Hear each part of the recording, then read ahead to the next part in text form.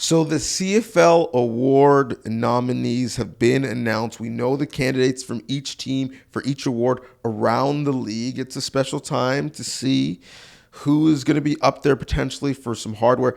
This is a scenario you have found yourself in the past. It's a great honor. And the most outstanding Canadian player this year is Henoc Muamba. I want to talk about some of the Canadians that find themselves in that situation right now.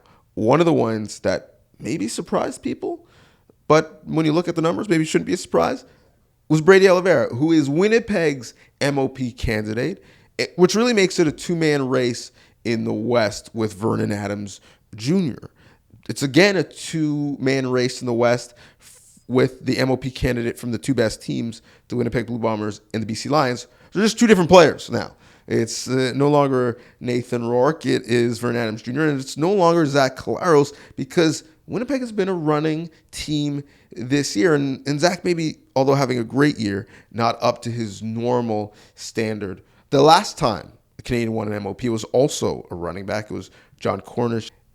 Is Brady the choice that you think comes out of the West?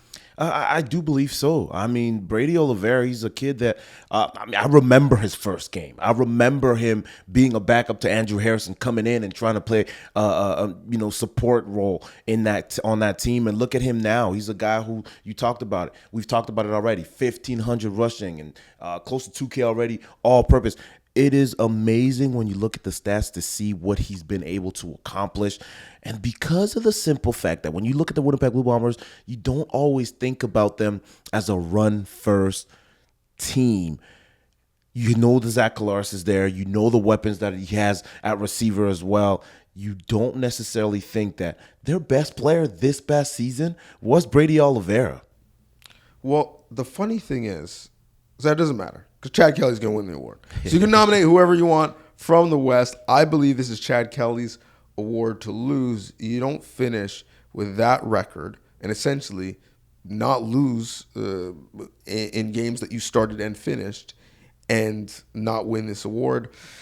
Plus, his numbers towards the end of the year really start to pick up and put him in the conversation, and he wasn't game managing for sure. The interesting thing about Brady is he could be the MOP candidate, but it's not a lock that he wins Most Outstanding Canadian or is even the West nominee for Most Outstanding Canadian. And that, you'd think, makes no sense. That's antithetical. MOP would be a harder award to win, but in the MOC conversation, you have Trey Ford, who I believe saved some jobs in Edmonton, turned that season around, and really turned the franchise around. Kept some fans in the stand. 100%. And garnered fans across the league with his style of play.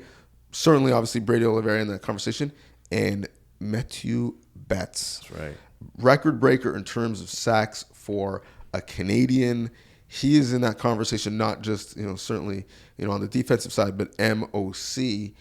I actually can foresee a scenario where Brady is the MOP candidate. That's right. And whether or not he's the MOC candidate out of the West, he may not win MOC because I think Trey Ford has a great argument. Who do you think is the most outstanding Canadian this year? My non-biased opinion, DB, is actually going with Matthew Betts. I mean, he had a tremendous season. He was a major reason for the success that the BC Lions have had this past season. And he started hot, and he kept it going. Look where he's at right now. I mean, the BC Lions have one of the best defenses in the league right now. They have a lot of fun, but he is one of the main reasons why. Not taking away anything from obviously the other two very valuable candidates as well. So Brady Oliveira had one of the best seasons for a Canadian running back ever. Yeah.